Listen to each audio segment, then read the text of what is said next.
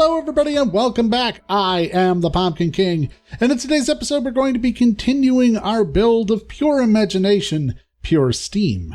In the previous episode we made ourselves some important progress in building the steam buildings. We made ourselves our airport, and we also made a museum.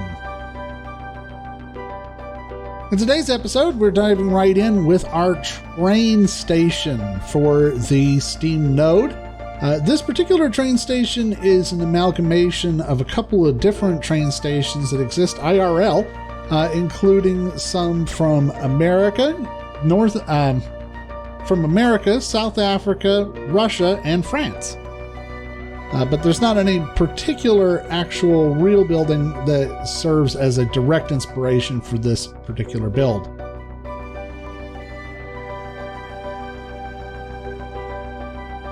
One thing that's pretty vexing about the Planet Coaster is you get all these windows, but they're not actually transparent. Like, you can't actually see inside a building, so that you'll have to use windows on the inside in order to simulate having a proper window that you can see through. And you'll see a little bit of that in just a moment. But it is time now for everybody's favorite game, Let's Build a Circle! And get used to it, because there's going to be a lot of it in today's episode. You see, one of the most common features in steampunk are domes, and while domes are super cool architectural features, they are a pain in the butt to try to build in Planet Coaster. But fortunately, I do work enough at it that I'm able to get it down, and you guys are going to see my dome evolution from start to finish in this here video, so won't that be fun? Having built my big picture window here, I'm just adding in some trim to go around the outside. I don't need to make this complete because it is going to be hidden behind these pillars that I have here with the statues on top. And then after I have that set up, we're going to go ahead and start building yet another dome. Now, circles are one of the easiest geometric shapes. They appear everywhere in architecture. Circles are one of the most common features of architecture you'll find anywhere in the world. And what is a dome, really, except an extruded circle that's revolved around a central point? The problem is that in Planet Coaster, in order to make them, you have to use simple shapes, like these rectangles. And this is my first proper dome attempt, where I want to have it without the visible structures to smooth everything out on the outside. So it's a bit of an experiment. I now, of course, did do a dome for the top of the Phantom of the Opera Dark Ride, but this one is going to be the first dome that I attempt to do that doesn't have the supports. And, well, you'll see, it does present some problems.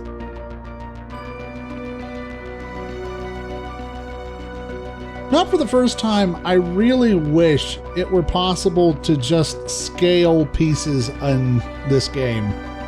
Frontier, if you're watching, I would love it if for Planet Coaster 2 you had the ability to scale objects so that they fit better into specific circumstances. That would be something I think would be absolutely smashing, because frankly, the ability to try and fit in all of the stuff that I need and fiddle it around is difficult without the ability to adjust its scale. But anyway, there's our dome on top of the train station, and overall I'm very happy with the design of that. Moving on, we've got our second major build for today, which is going to be a planetarium.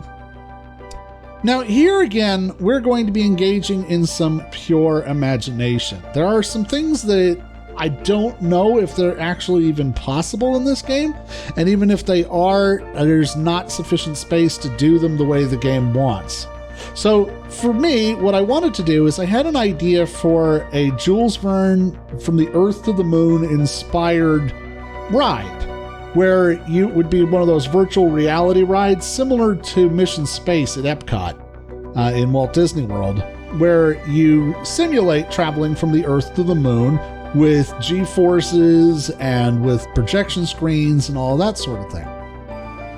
So I thought about okay, how could I do this in Planet Coaster? And the idea I came up with eventually was I could have one of those mobile rides that have the parabolic projector screens. But the problem is that you can't have those rides just be stationary, which ultimately presented me with the problem of space. And because the Steam node is already fairly populated with stuff, I just couldn't fit it in. So we're going to use our imagination to imagine one such ride for this attraction in the same way that we did for the Medical Mysteries Museum over in the Horror Node. So, making yet another dome here. This time I'm using the small, simple shapes just on their own, and I found this was much easier than trying to do the framework, so that's how I've been doing them going forward. You'll see me going ahead and building some more of those sorts of things for this segment here. Pro tip, if you need to have a piece of your building that's on like a 45-degree angle, this is the best way to do it. Make like a circle and then just sink it into the building, particularly if you're not going to see the inside, because it makes it so much easier than trying to get the spacing correct on a 45-degree angle. Because as we know from our friend Pythagoras, the hypotenuse of the angle is not the same as its arms. Here I'm just building an octagon so that we can have the planetarium dome. This is where the actual planetarium would be. It's actually based off of the Royal Observatory in Edinburgh. And it is a Victorian observatory. It's still in use today. It's one of the major UK space monitoring stations. So it is a real place, but for the purposes of having it in a theme park, this is where we're going to have our planetarium ride with the dome inside where the telescope would be. The problem is that dome for the Edinburgh Observatory is not a perfect circle. In fact, it's kind of more like an onion shape. So I struggled a bit with figuring out how to make that work. I eventually got it down, but it did present some challenges in terms of how am I going to build this so that it actually is able to revolve all the way around and keep that onion shape for me.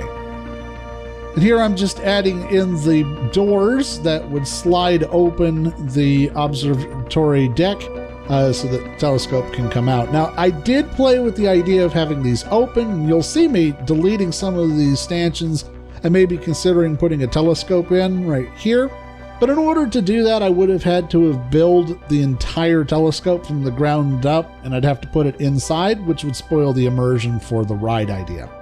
So here we've got it in place. You can see what it looks like in situ here in the park.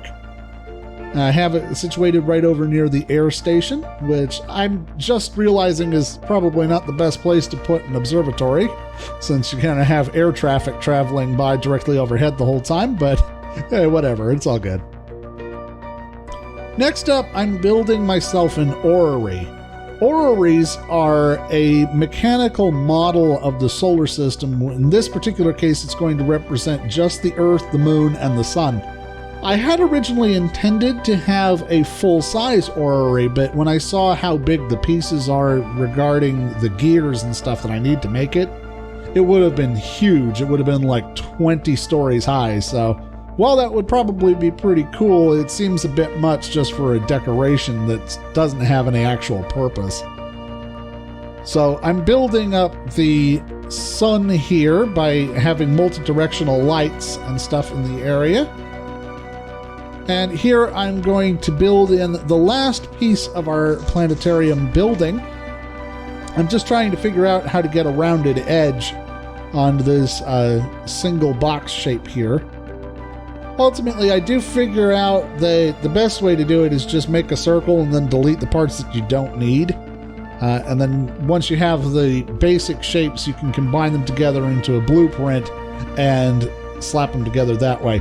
If you ever get a chance to see my blueprints on the Steam Workshop, I have so many in the game that are literally just like circles or parts of buildings that I need in order to be able to make this work in terms of the construction. And here I'm trying to find a good substitute for these roofs. I like these crypt roofs because they look kind of tarnished and kind of a little old, but finding a replacement for them is difficult.